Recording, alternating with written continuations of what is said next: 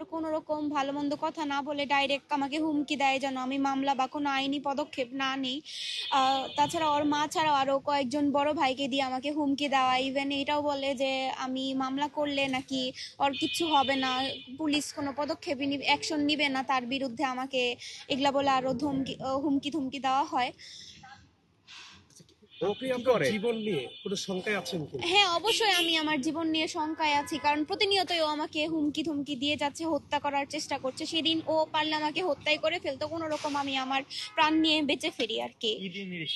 ও নিজের হাত দিয়ে আমার চুলের মুঠি ধরে হাত দিয়ে কন্টিনিউ আমার মুখে চোখে কিল ঘুষি এভাবে আঘাত করছে। আমার নাক দিয়ে অনেক ব্লাড বের হয়েছে। আমি 2 দিন হসপিটালে ছিলাম। আমি এই বাম চোখে আমি দেখতেও পারতেছি না। ঘটনাটা হয়েছে বনানীতেই, রানিং গাড়িতেও উবার গাড়ি ভাড়া করে আমাকে ঘোরার কথা বলে বের করে। দেন হচ্ছে ওর ফোন যখন আমি চেক করতে যাই তখন আমি অনেক মেয়েদের সাথে অশ্লীল ছবি, তারপর মেসেঞ্জারে অশ্লীল চ্যাট এগুলা সব দেখতে পারি। তো আমি এর বিরুদ্ধে কথা বলতে গেলে সে আমার উপর ছিল, বাট ও যখন ভুল করে ধরা পড়ছে আমার সামনে তখন আর কি এই আমার উপর হাত তোলা স্টার্ট করে।